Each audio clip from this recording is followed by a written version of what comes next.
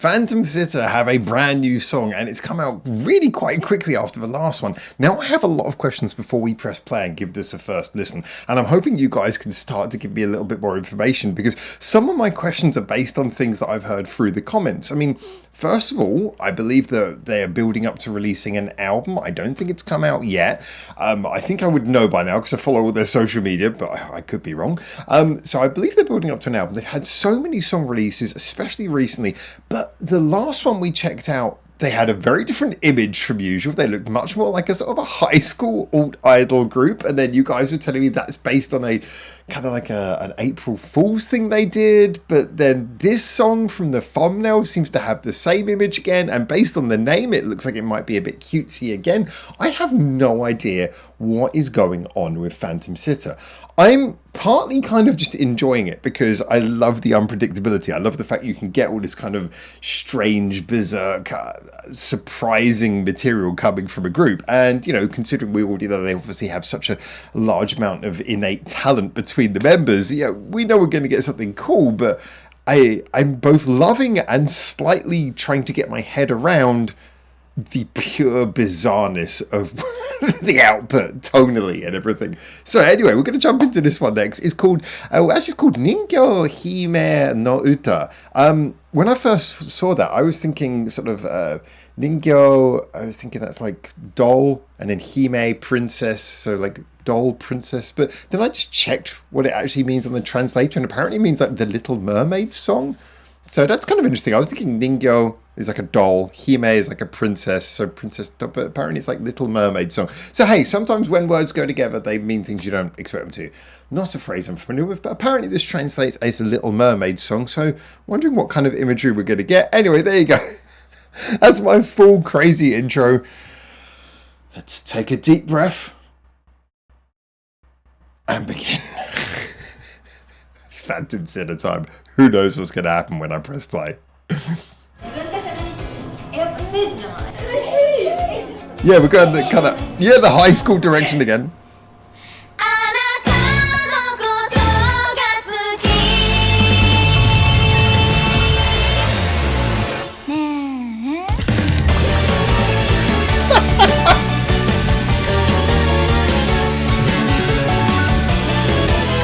Oh, it looks like one of those sort of old, like, Japanese dating sim games.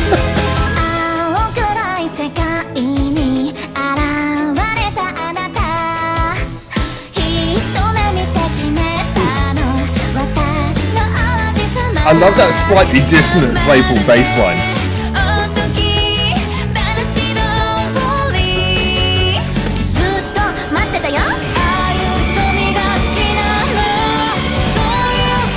You're getting a little bit of the Phantom Sitter crazy is breaking through.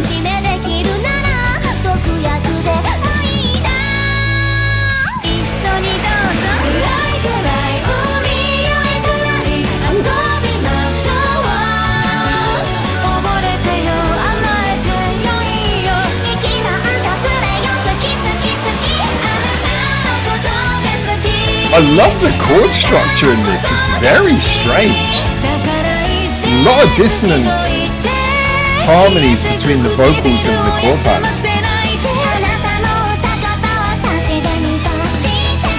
But it works really well.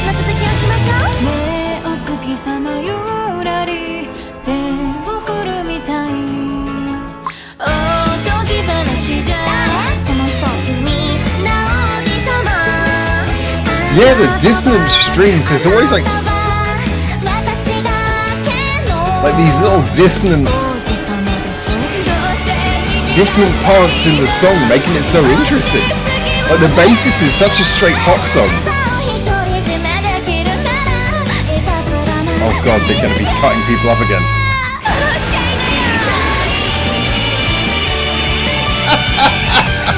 Oh, I should have guessed the craziness was going to start eventually.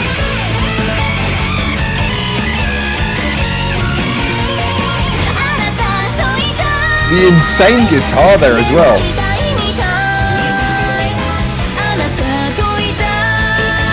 Oh my god.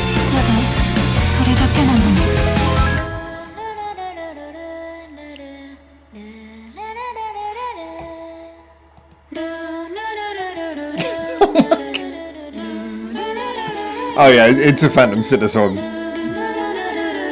We made our way the long way round, but we got there at the end. どうしてできなかったそうしたってあなたは言えなかったこれが愛してるってこと暗い暗い海より二人歌いましょう無邪気な愛の歌をせめて息が続くまで好き好き好きあなたのことが好きあなたのことが好きだから言って好きと言ってやっぱり私はお姫様だった理不尽かしら残酷かしら果たせるおとぎ話の通りあなたが好きだから Oh, nice. I like that. Echoing the initial scene at the end.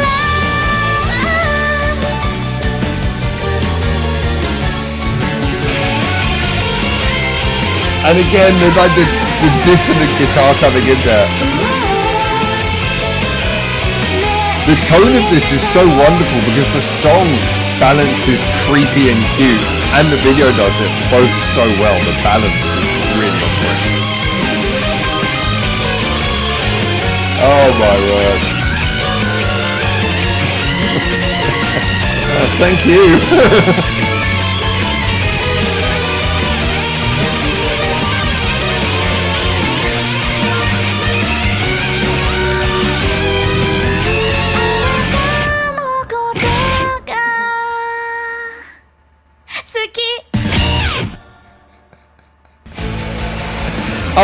I think they could have left it a little bit longer on the final note before bringing the credits up now. When that was a nice ending, they rushed a bit too quick to the credits there. Should have left that last note hanging a bit longer. This was one hell of an experience, I'll tell you that right now. Honestly, I think there's a lot of things to talk about in this particular song. It's a good freeze frame to leave it on. There's a lot of things to talk about in this song, but before we get into any of it, I mean, the things that we all know from Phantom Sitter, which I almost don't have to say, but let's just cover the basics first of all. They are a group who cover like this line between pop music, idol pop music, and just the most creepy, almost theatrical in a horror stage show kind of way vibe. Sorry, that's a lot to take in, but it's like part of them just has this kind of, hey, we're an idol group. We dress up in outfits, we perform songs, we do music videos, and then the other half of them is pure, like, you're going to some theatre to see some very crazy production, and all these kind of weird sound choices, weird visual and aesthetic choices are going with it as well. And they've embodied it so well that, I mean, obviously their last song was called Horror Queen. Well, no, that was not the last song, that was the song before last. Was called Horror Queen, and they've always played around with these vibes, but this song for me is actually one of the most intriguing blends. It uses a lot of I mean, because we're going to be talking partly about the song and partly about the video here, because I feel like they're almost operating as a singular product in this case.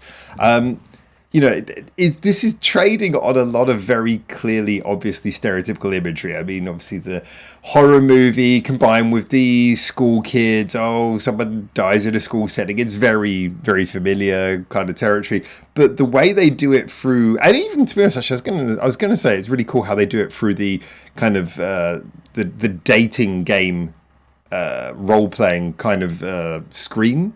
But that's something which we've seen other videos do as well, but they do it so well here, the way it subtly kind of ramps up. And now I've never really had kind of the handheld consoles or anything to really see any of these games firsthand, but you see so many like screenshots and little videos of these things before, and I know there are a couple of games out there that have, like, the one which is really famous is, what is it, Doki Doki Literature Club, which is like a game which is supposed to be a dating sim, but the more you play it, it just turns crazy and turns insane as it goes on. And what I've heard of that game is what I'm kind of seeing in this, is this kind of video that just slowly starts off as a cutesy thing and then just descends gradually into insanity. As it starts off, oh, isn't it very cute, but by the end there's people dying, she's alongside her dead date, and everyone's dead and there's blood everywhere.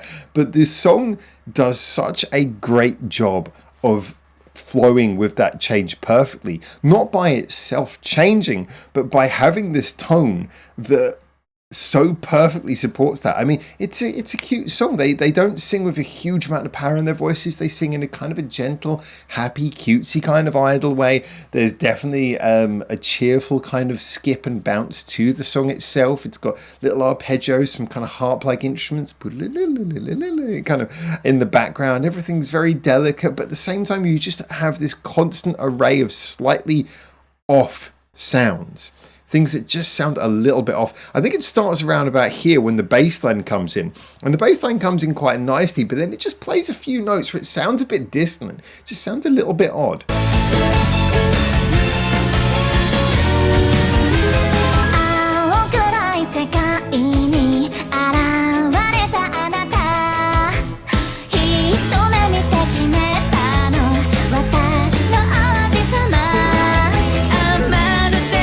'Yeah, it's just a little bit strange. It's just a little bit off. It's not going for the obvious notes.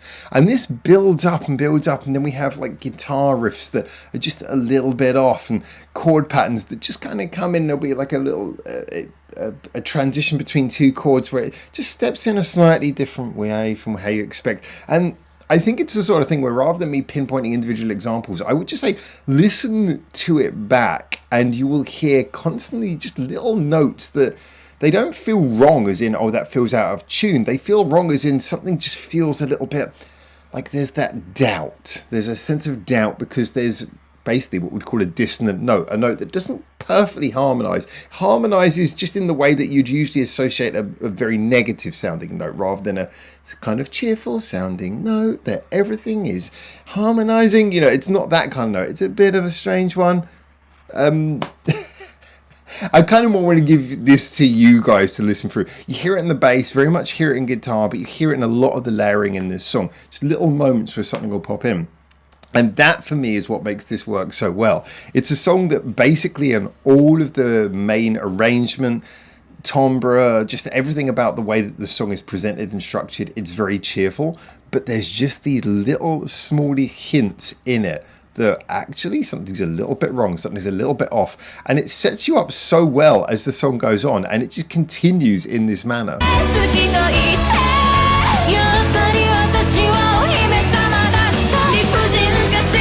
Like that little chord there.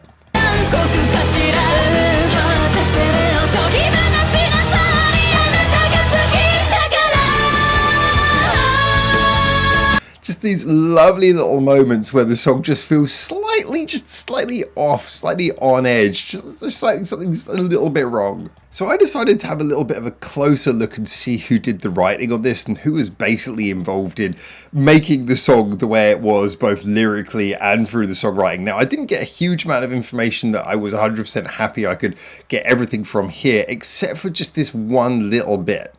And I was like, okay, so does this mean that Kaneyama has done like all of the writing for this? It does seem that he's responsible for everything, but I wasn't 100% sure. So I did a little bit of searching, and it does seem that Shuji Kaneyama is responsible for the entire song, which is really interesting. That makes this kind of an auteur work. So I also did a little search, and according to what I found, this is his first time working with them. But then when I found his website, I was really surprised that it seems all the links I've got for him is stuff like Idolmaster. Now, Idolmaster can do plenty of crazy things, but Idolmaster, it's kind of like a VTube idol sort of music. It's you know, it's as a general fairly accessible kind of stuff. So I feel like this is, I don't know, this to me just suggests, well, I'm kind of impressed. I'm also not surprised that it's the work of one person because of the fact that, you know, it has such a fantastically well-formed sound. I love how those little creepy hints are put into the arrangement in nice little moments, but everything is still allowed to play through from start to finish like a cheerful idol song. It's very subtle in what it does.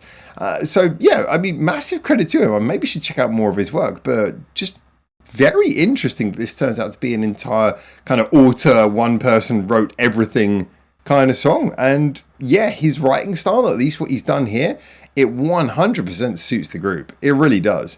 So anyway, I was really impressed by this. As always, oh yeah, I didn't really talk much about the lyrics, but I mean, yeah, it's one of those ones where I think the it's kind of got lyrics in line with what's being said here. It's the kind of the obsessive love kind of song. Yeah, we know where it is going. It's not doing anything we haven't heard before, but it's very much again in keeping with the overall tone of things. But yeah, I think he's done a fantastic job making that tone come across in the song, and I think the video beautifully encapsulates that as well. But anyway, there you go. As always, those are my opinions. Get in the comments. Let me know what you think. Let's pick one more frame. Oh, that's a nice one. And until I hopefully see you very soon for the next one of these. For now, ciao, ciao.